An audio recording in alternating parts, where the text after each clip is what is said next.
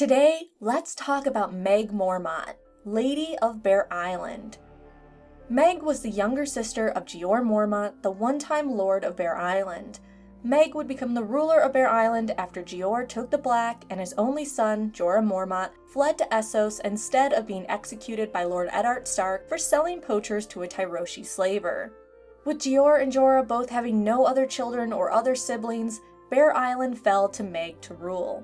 Lady Mormont, also known as the She-Bear, keeps to the old gods and is described as short and stout with gray hair. And she can come across as a bit gruff, like when we read about her first interaction with Robb Stark and she tells him he was young enough to be her grandson and had no business giving her commands. But as it happened, she had a granddaughter she would be willing to have him marry.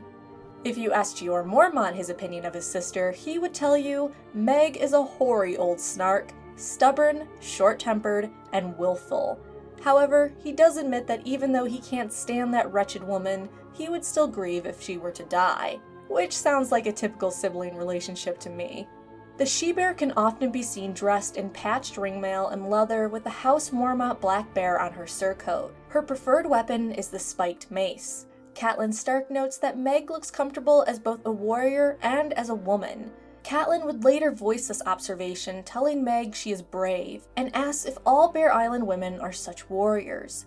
Maege would respond, "She-Bears, aye. We have needed to be. In olden days, the Iron Men would come raiding in their long ships, or wildlings from the frozen shore. The men would be off fishing. Like as not, the wives they left behind had to defend themselves and their children, or else be carried off." Maege has 5 daughters at the beginning of the books: Daisy, Alysanne, Lyra, Jarell, and Lyanna. Lady Mormont's eldest daughter and heir to Bear Island was Daisy, described as a lanky 6-foot-tall woman who had been given a morning star at an age when most girls were given dolls. Her next daughter, Alysanne, is short, chunky, and muscular with big thighs, breasts, and big hands ridged with calluses. Like her older sister and mother, she can be seen wearing armor and appears to be comfortable in it as well. Although when Alysanne has all her layers on, it's said she looks almost as wide as she is tall, but also ferocious. Little is known about Maege's other girls, except for her youngest, Lyanna, is about 10. Some of the girls have never met their uncle Jeor.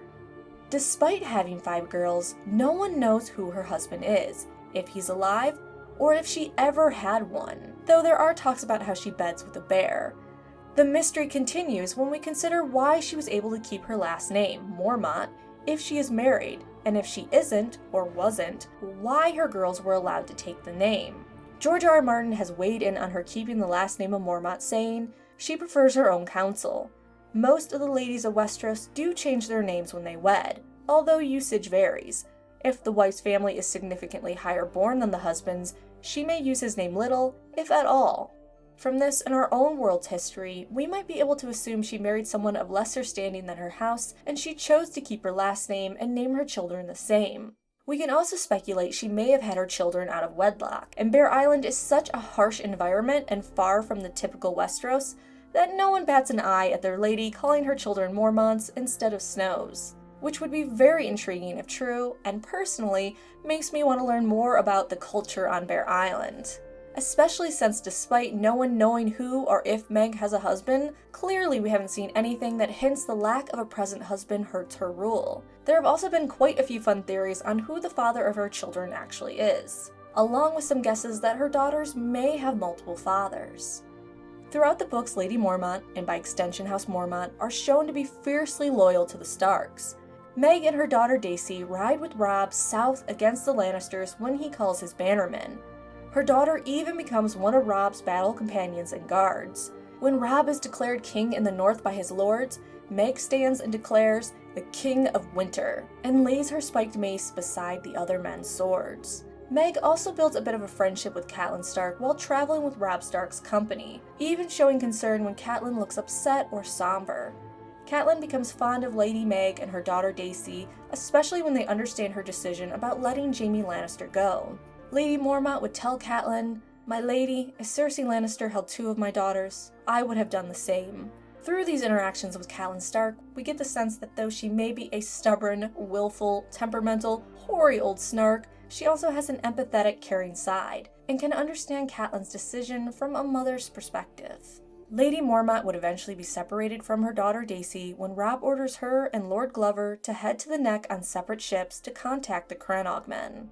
Robb would give both of them a letter containing false commands in case they were captured, and she is told to lie and say she's heading back to Bear Island if asked. Meg would leave to make her journey to the Neck, while Daisy would stay with Robb and eventually die at the Red Wedding, making Alysanne Meg's new heir. It is unknown how much of a hand Meg has in what her daughters have been up to since Robb sent her on a mission to the Neck, but we do know her youngest, Lyanna, sent a defiant letter back to Stannis saying Bear Island knows no king but the king in the north, whose name is Stark. I find it highly likely Meg would approve of her daughter's letter. Shortly after Lyanna sends this letter, Alysanne, also called the She-Bear or Young She-Bear, would lead a surprise attack on the Ironborn ships outside of Deepwood Motte. Alysanne would then follow Stannis Baratheon on his march to Winterfell and become a companion-ish to Asha Greyjoy. Meg's current location is unknown, but it is believed she is in the Neck. It is reported that when Robb sent her, she took her two daughters, Lyra and Jarrell, with her. Now the question is, where is Meg? Whose company is she in? And is she waiting to serve some of the North Remembers justice? The last week in December will either be light A Song of Ice and Fire videos or Essos videos. I need a break to enjoy the holidays. In January, we continue with the North and begin venturing a bit to the Wall and beyond.